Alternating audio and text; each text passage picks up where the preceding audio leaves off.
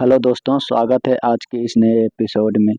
दोस्तों, आज की इस वीडियो में हम मिशन एलपी टेक्नीशियन एग्जाम 2024 के प्रीवियस ईयर क्वेश्चन करने वाले हैं, जिनमें से टॉप 500 क्वेश्चन लिए गए हैं। के चैलेंज है और मात्र 50 दिन में इनको सॉल्व करने वाले हैं। इनमें से physics, chemistry, biology, GK, GS सभी क्वेश्चन कवर किए जाएंगे। तो चलिए शुरू करते हैं डे 1 से। सबसे पहले केमिस्ट्री का जितना भी क्वेश्चन होंगे उसको लेंगे, उसके बाद फिजिक्स का, फिर बायोलॉजी का। जिनमें से पहला क्वेश्चन है मेरे दोस्तों,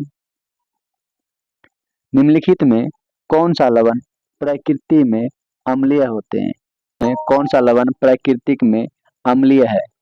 तो कौन सा लवण प्राकृतिक में अम्लीय रूप में पाया जाता है? तो इसका ऑप्शन नंबर सी हो जाएगा, अमोनियम फॉस्फेट। चलिए अगला क्वेश्चन देखते हैं। रिबन जलने पर स्वतः राख बनता है जो पानी में घुलकर डैश बनाता है। इसका option number A, magnesium hydroxide बनाता है। मैग्नीशियम रिबन जलने पर स्वतः राख बनता है जो पानी में घुलकर मैग्नीशियम हाइड्रोक्साइड बनाता है। निम्न में से किसका प्रतिरोधकता कम है? तो इसका ऑप्शन हो जाएगा nichrome, option number A. Question है, निम्नलिखित में से किसका उपयोग करना गलत होगा? किसी यौगिक का परमाणु, एक यौगिक का एक मोल, किसी तत्व का एक मोल, किसी तत्व का परमाणु। आंसर हो जाएगा किसी यौगिक का परमाणु, यानी ऑप्शन नंबर ए। अगला क्वेश्चन है, फ़ारेनहाइट पैमाने इकाई में पानी के क्वथनांक और हिमांक के बीच ठीक डैश डिग्री का अंतर होता है। तो कितना डिग्री का अंतर होता है? तो 180 डिग्री का अंतर होता है।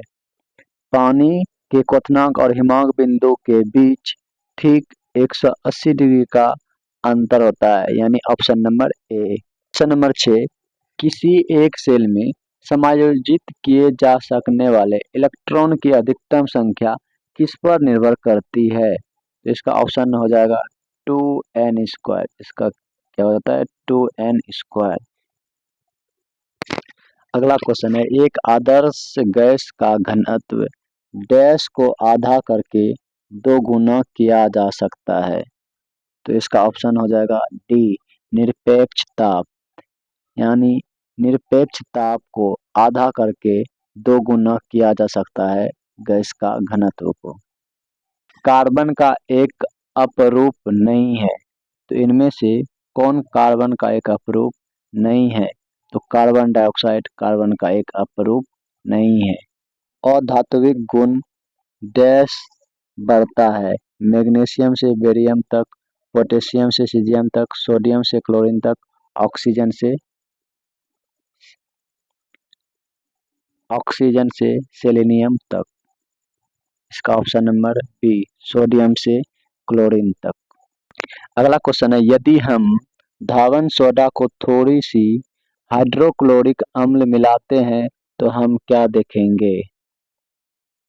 तो क्या हो जाएगा? कार्बन डाइऑक्साइड गैस तेज से बुदबुदाहट के साथ निकलती है, ऑप्शन नंबर बी। अगला क्वेश्चन है, नाइट्रोजन के परमाणु द्रव्यमान 14 है और हाइड्रोजन का एक, तो अमोनिया का क्या होगा?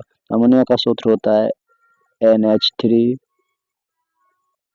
तो नाइट्रोजन का 14 और हाइड्रोजन का संख्या 1, तो यहाँ 3 है, तो 3 14 3 17, तो ऑप्शन नंबर ए। क्वेश्चन है, लोहे जो कि गुणों में कोबाल्ट और निकल जैसा होता है, तो इन तत्वों से बहुत दूर रखा है, यह किसकी कमियों में से एक था? तो न्यूलैंड के अष्टक नियम से। तो क्या हो जाएगा? न्यूलैंड के अष्टक नियम सिद्धांत के अनुसार, ऑप्शन नंबर डी। चूने के पानी में कार्बन डाइऑक्साइड गैस प्रभावित करने पर यह दूधिया हो जाता है, ऐसा किसके निर्माण के कारण होता है? तो कैल्शियम कार्बोनेट के कारण, ऑप्शन नंबर सी। क्या है? ऑक्सीजन के अलावा हाइड्रोजन और अन्य गैर धात्विक तत्व युक्त अम्ल को क्या कहते हैं? तो hydro acid, option number C. अगला क्वेश्चन है, किसी परमाणु के कक्ष में समायोजित किए जा सकने वाले इलेक्ट्रॉन की अधिकतम संख्या को किस सूत्र द्वारा दर्शाया जाता है? तो इसका सूत्र होता है 2n power square, 2n square, तो ऑप्शन नंबर बी। अगला क्वेश्चन है, एक तत्व ए सूत्र A3O4 वाला ऑक्साइड बनाता है, तो तत्व ए की संयोजकता क्या है? तो यहाँ पे देखो दोस्तों, यहाँ पे A3O4 है, तो इसका वैलेंसी क्या होता है? अदला बदली हो जाता है। तो ये 3 किसका हो जाएगा? ऑक्सीजन का, और ये किसका हो जाएगा? 4 का। तो यहाँ पे ऑप्शन नंबर क्या हो जाएगा? बी। सबसे तन्य धातु है। तन्य का मतलब यहाँ पे होता है दोस्तों, किसको खींच कर लंबा किया जा सकता है सबसे अधिक? तो ऑप्शन नंबर बी, सिल्वर को, Ag। परवल अम्ल के संबंध में निम्नलिखित में कौन सा कथन गलत है? तो ऑप्शन नंबर डी, अम्ल वह रासायनिक पदार्थ है जिनका स्वाद नमकीन होता है। तो ऑप्शन नंबर डी, क्योंकि अम्ल का स्वाद क्या होता है? खट्टा होता है। तो ऑप्शन नंबर डी। अगला क्वेश्चन है, न्यूलैंड के अष्टकों के नियमों में निम्न तत्वों में से कौन सा अंतिम तत्व था? तो थोरियम, ऑप्शन नंबर बी। अगला क्वेश्चन है, नीचे के दो कॉलम घटकों को आपस में मिलान करके दिए गए विकल्पों में से सही विकल्प का चयन कीजिए। तत्व जो निश्चित अनुपात में मिश्रित होते हैं उसे क्या कहते हैं? स्थिर अनुपात नियम। तो क्या होगा? ए का 3। अगला है, परमाणु विखंडित नहीं हो सकते, तो किसके अनुसार? तो डाल्टन के परमाणु अनुसार, सिद्धांत के अनुसार। उसके बाद है, सल्फेट और ऑक्सोलेट आयन ऋणात्मक होते हैं जबकि मैग्नीशियम और अमोनियम आयन धनात्मक होते हैं, और इसका हो जाएगा ये, तो ऑप्शन नंबर बी। अगला क्वेश्चन है, कॉपर ऑक्साइड और हाइड्रोजन जब विक्रिया करते हैं तो कॉपर और जल बनाता है, तो यह समीकरण निम्नलिखित में किसका एक उदाहरण है? ऑक्सीकरण का, रेडॉक्स का, वियोजन का, या अपचयन का? ऑप्शन नंबर सी। क्वेश्चन है, निम्नलिखित में कौन सा वर्गीकरण परमाणुक संख्याओं पर आधारित है? आधुनिक आवर्त सारणी का नियम, डॉबरेनर का, ट्राइड्स का, मेंडलीव का आवर्त सारणी, ल्यूडेंट का अष्टक नियम।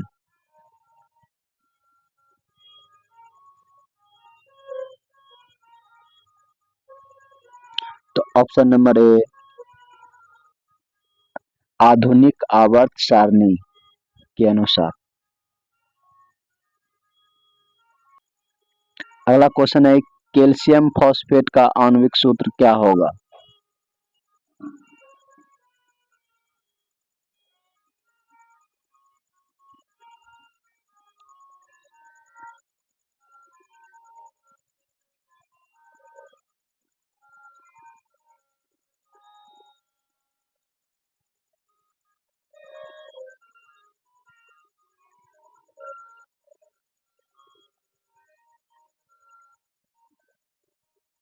तो इसका ऑप्शन हो जाएगा Ca3PO4 पावर 2, तो ऑप्शन नंबर सी।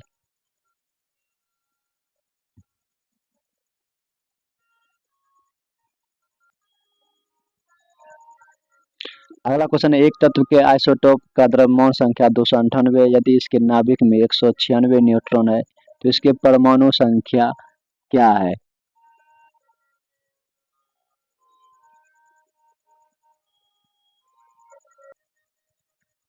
तो इसका आंसर हो जाएगा Z बराबर 298 घटा 196।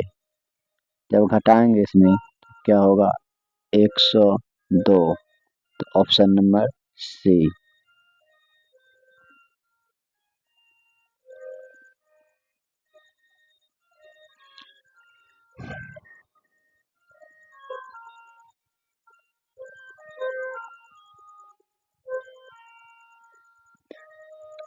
आज के लिए इतना ही दोस्तों, मिलते हैं नेक्स्ट वीडियो में, तब तक के लिए बाय बाय।